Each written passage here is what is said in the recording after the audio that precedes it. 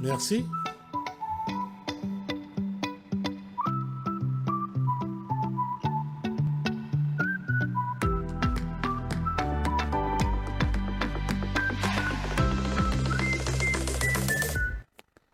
Bonsoir à tous. Bienvenue dans votre émission, votre projet pour la Réunion. Ce soir, je reçois Guy Roger. Bonsoir, Bonsoir, Guy Gismi. Roger. La question du moment, c'est de savoir qu'est-ce qui a encore une valeur et qui, de manière globale, d'ensemble, que les gens portent. Parce que je crois que j'ai l'impression qu'aujourd'hui, il n'y a plus grand-chose, que chacun va dans son sens, et que on a l'impression que les gens cherchent à trouver des éléments de valeur dans Hmm, une vie. oui. Ben, peut-être que la valeur qu'ils trouvent, c'est leur intérêt. Oui, Et donc, et c'est devenu très coriace, en fait. Tout le monde veut trouver son truc, quoi, tu vois. Mais en fait, tout ça, c'est... Tu trouveras quelque chose, mais ce ne sera pas quelque chose de véritable, de vrai. je pose la question parce que je me dis, quand on regarde la géopolitique aujourd'hui au niveau du mondial, la guerre à Gaza, la guerre en Ukraine, la guerre au Yémen, les jeunes dans la rue au Népal, à Madagascar, qu'est-ce qui explique que la, on a l'impression que le monde a perdu ses repères en matière de valeur? Ben, tout est fait parce que, en fait, la globalité du monde, à mon sens, hein, la globalité du monde, on veut atteindre quelque chose. On nous a expliqué, depuis qu'on est petit, il faut réussir. Tout le monde veut réussir, veut avoir son contentement, veut être en sécurité et veut avoir tout ce qu'il désire. On ne peut pas. On est opprimé. On est bloqué parce qu'on te dit comment tu dois faire pour pouvoir y arriver. La plupart d'entre nous, on est frustrés. Okay. Donc ça fait que toute la globalité du monde est dans un endroit de l'histoire de la race humaine qu'il y a une crise où tout le monde croit qu'il y a quelque chose à gagner, mais en fait, il n'y a rien à gagner. Et c'est peut-être pour ça qu'il y a tous ces problèmes dans le monde. Parce que tout le monde croit qu'il faut faire une petite guerre pour avoir la paix. C'est pour ça qu'il y a toutes ces guerres. Je ne crois pas que ces guerres, c'est pour avoir la paix. Je crois que c'est une question d'intérêt. Là, c'est toujours le rapport de force, à savoir qui c'est qui est plus fort que l'autre, qui c'est qui l'a plus fort ou ou le moins faible. Je pense que c'est quand on regarde, et j'ai même l'impression que parfois, ce ne sont que des guerres de religion. Hmm. Ben, de toute façon, quand tu sais, va au niveau plus commun dans nous tous, dans un couple. OK? La femme veut quelque chose et l'homme aussi veut quelque chose qui est différent de ce que la femme fait. Et au bout d'un moment, ça éclate. OK? Il y a une dispute. Cette dispute, c'est la guerre. Moi, j'appelle ça, c'est ça la guerre. C'est la dispute. Parce qu'on ne s'entend plus et on veut imposer à l'autre ce que moi, je pense qui est important pour moi. OK? Et toutes ces histoires que nous vivons aujourd'hui sur la planète, au fond, on nous fait croire qu'il y aura la paix. Donc la guerre est justifiée. Et c'est pour ça que nous sommes aveuglés par la justification qu'on nous donne. On nous dit, c'est parce qu'il y aura quelque chose qui sera mieux. Tu pourras être tranquille après. Tu vois? Mais ça ne se passe jamais comme ça, parce que l'histoire nous le dit. L'histoire a toujours répété les mêmes choses. La souffrance a toujours continué à se faire. Et ça veut dire que nous, les humains, pour la plupart d'entre nous, je dirais, ben, on croit que ça, c'est la vie qu'on doit subir. Et puis, par tous les moyens, on essaye de trouver un petit répit, une petite zone de confort qui puisse faire en sorte qu'on soit protégé de toute cette envergure qui arrive comme ça. Hein. Et le problème, c'est que on n'est jamais protégé. La sécurité, dans ce cas, il n'y a pas de sécurité. Il n'y a que la dégringolade, la déchéance, l'abîme.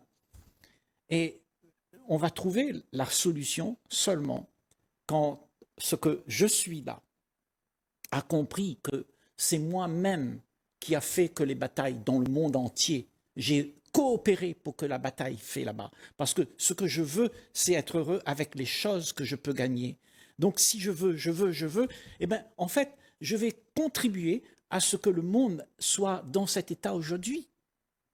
Maintenant, si tu ne veux rien, si tu n'attends rien, si tu désires rien, qu'est-ce qui va se passer, Jismi? Tu cesses d'embêter le monde. Et peut-être l'ordre pourrait revenir. Parce que ce que tu as besoin ne te satisfera jamais. Mais on le veut quand même. Tout le monde veut parce qu'on nous a fait croire que c'est ça la vie. Aujourd'hui, quand on regarde un président russe comme Vladimir Poutine, ou un président américain comme Donald Trump, un président français comme Emmanuel Macron, ou un premier ministre israélien comme Benjamin Netanyahou, il y a un jeu d'ego Bien sûr. qui est flagrant. Oui. Et on se dit à ce moment-là, est-ce que c'est vraiment l'intérêt du pays qu'ils mettent en avant, ou est-ce que c'est vraiment cette partie d'eux-mêmes qui les pousse à vouloir être le plus grand, le plus beau, le plus fort, et à prendre des décisions que nous, citoyens, on a du mal à comprendre, ou même si on le comprend, on ne l'accepte pas. Alors, à quel moment l'intérêt humain est mis en avant? À quel moment l'ego est satisfait? De toute façon, tu le sais, hein, je ne vais pas te raconter une tempête. L'ego ne sera jamais satisfait. L'ego ne peut pas être satisfait. Parce que l'ego, lui, il existe à cause de tout ce qui se passe. Il tire son pouvoir là-dedans. Il veut exister parce qu'il y a quelque chose à gagner, quelque chose à paraître dedans. Si je gagne de la notoriété, je suis présent. Il y a une présence là qui s'appelle moi. Et ce moi-là, justement, est destructeur. Mais toi, à ton niveau à toi, il y a aussi un moi qui est là, qui est présent. Parce qu'on est tous sur le même bateau. Il ne faut pas se raconter qu'on n'est pas égoïste. On est tous égoïstes. Le problème, c'est que ce n'est pas grave d'être égoïste, mais c'est grave si tu t'en aperçois pas. Et la plupart d'entre nous, on ne s'en aperçoit pas. C'est pour ça que les choses se perpétuent toujours de la même manière. Parce que tout le monde fait croire à l'autre ce que l'autre veut voir. Et c'est pour ça qu'il y a tous ces mensonges dans le monde. Tu vois, tu ouvres ta télé, ben c'est toujours des mensonges. On te raconte des choses. On te raconte, c'est pas pour ça qu'on va faire la guerre. C'est parce que, vous savez, il y a... Et puis, il te raconte une histoire. C'est à cause de l'argent, mais derrière tout ça, c'est caché à l'être humain. Et toi, quand tu regardes ça, au fond de toi, tu peux voir que tout ça, c'est faux. Mais tu peux rien. Pourquoi tu peux rien? C'est parce que ce que tu es là, tu l'as laissé partir. Parce que la relation que nous avons tous ensemble, c'est la relation qui est maintenant dans le monde. C'est-à-dire, il y a ma famille, c'est ma relation, il y a mon quartier, c'est la relation que j'ai avec mon quartier, après avec mon pays, après avec ma nation, et tout ça, maintenant, c'est répandu dans le monde. Et c'est ça l'impact que nous avons. Nous subissons ça. Nous subissons que ce que nous avons pensé nous-mêmes. Et donc, le truc, c'est pas d'aller mettre une bombe dedans pour arrêter tout ça. Le truc, c'est de voir qu'est-ce qui se passe en soi. Pourquoi on en est arrivé à être comme ça? Est-ce que c'est possible de ne plus être, de voir son égoïsme et de l'enrayer? C'est-à-dire cet ego, de pouvoir vivre sans que cet ego impacte ta vie. C'est-à-dire que tu en es libre de ça. Tu es libre du besoin d'être égoïste. Parce que ça, pour faire ça, dans ce monde, c'est la chose la plus difficile qui soit donnée à l'être humain. Parce qu'on est conditionné depuis des générations et des générations, à perpétuer les mêmes histoires. Depuis Jules César, ça se répète, et aujourd'hui Netanyahou, France et tout ça, c'est la perpétuation de tout ça. L'être humain est embrigadé dans un mode de vie qui fait qu'au bout de ça, il y a la guerre. Parce que tout est fait pour l'intérêt personnel, l'intérêt de l'individu qui veut être heureux avec tout ce qu'il peut gagner. Et ça, c'est de l'égoïsme qui appartient à soi. Soi, on est comme ça. Et si soi peut voir toute la supercherie qu'il y a dedans, c'est-à-dire de voir qui tu es vraiment, c'est très important ça, Gismi, parce que le monde ne changera jamais. Tu ne peux pas changer le monde là-bas, mais tu peux changer le monde ici. Si tu as changé, je ne sais pas, peut-être ta relation avec le monde autour de toi sera différente. Tu vas réagir et agir différemment avec les gens, les amis, tes enfants, ta famille et tout ça. Et ça commence par là, ça commence pas là-bas. Mais tout le monde attend que là-bas... Ça change, exactement. Et donc, on ne peut pas changer ça. Et par contre, on veut changer, pourquoi? Parce qu'on n'accepte pas. On n'accepte pas de voir ce qui se passe. Et ce qui se passe, c'est un fait. Il y a la guerre, il y a la Russie, il y a la France, il y a l'Ukraine. Et tout le monde a son avis. Soit on romantise l'un, on condamne l'autre, ou soit on condamne l'autre et on romantise l'autre. Mais en fait, c'est une histoire qui se joue et qu'on n'arrive pas à regarder sans avis. Juste accepte que c'est comme ça. Mais tout le monde veut changer ça. Tu ne peux pas changer ça. Parce que c'est un fait. Par contre, ce que tu peux faire, tu peux te changer toi. Ah oui. J'allais dire, depuis que le monde est monde, on n'a pas cessé de répéter, de reproduire les mêmes schémas. C'est ça. Et finalement, on croit toujours qu'on est plus intelligent, on a développé, le monde s'est modernisé, on a évolué, mais dans le fond, on n'a jamais changé. C'est ça. C'est-à-dire que tout se répète, comme tu dis, et tout ce qu'on a hérité de la race humaine avant nous, on le refourgue à nos générations suivantes. Donc, on n'a jamais changé. Ouais. Depuis Jules César, depuis l'homme de Cro-Magnon, on n'a pas changé. On continue à être égoïste. On n'a pas pris conscience qu'il y a quelque chose d'autre pour que le monde puisse être en paix. Parce que le monde ne peut pas être en paix si tu veux quelque chose pour moi. Il faut que moi n'existe pas. Et ça, c'est la chose la plus difficile pour la plupart d'entre nous, parce que moi, c'est tous les privilèges que j'ai acquis, c'est toute la connaissance que j'ai reçue, et tout ce que je suis devenu là, je donne à ça beaucoup d'importance. Parce que quand on voit ce que fait Donald Trump, ce que fait Poutine, ce que fait Vladimir Poutine, le premier ministre israélien Benjamin Netanyahou, ou bien le président français Emmanuel Macron, ils sont tous devenus indispensables.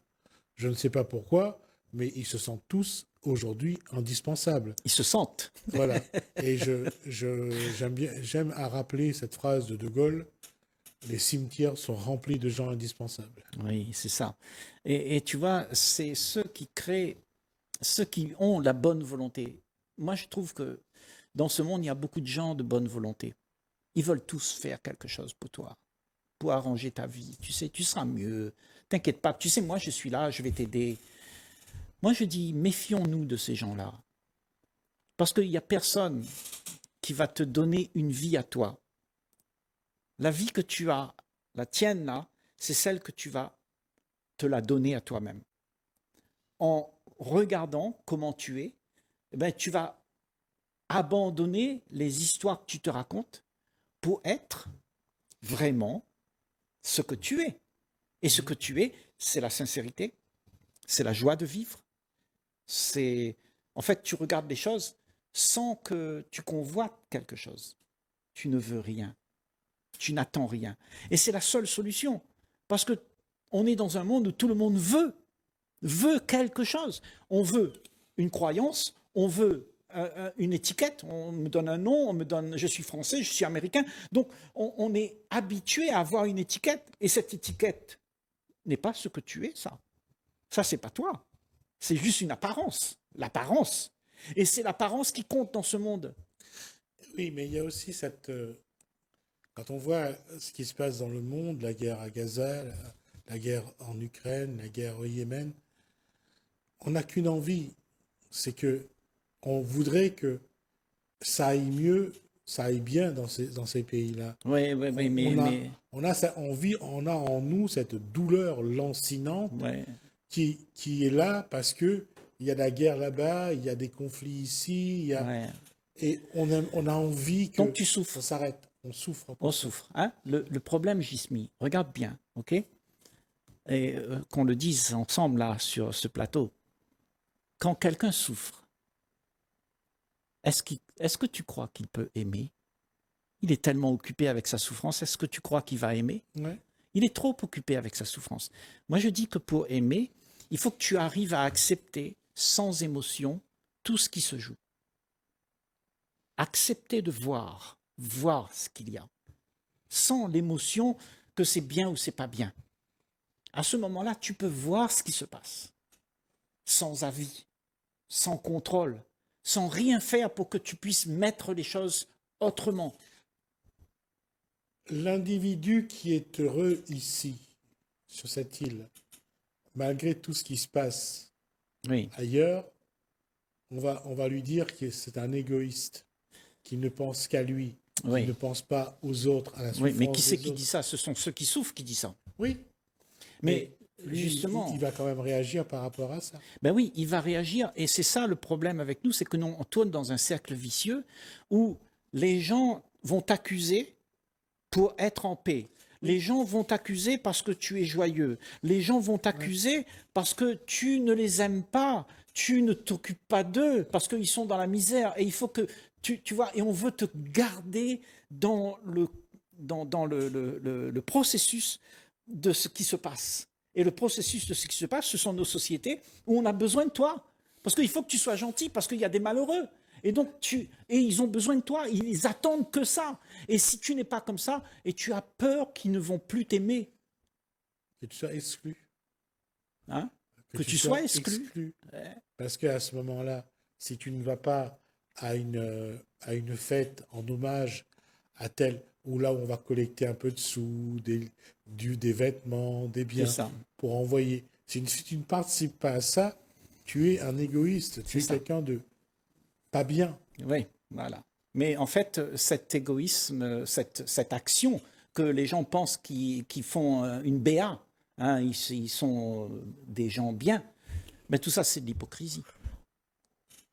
Tu sais, l'hypocrisie dans ce monde, c'est d'aller voir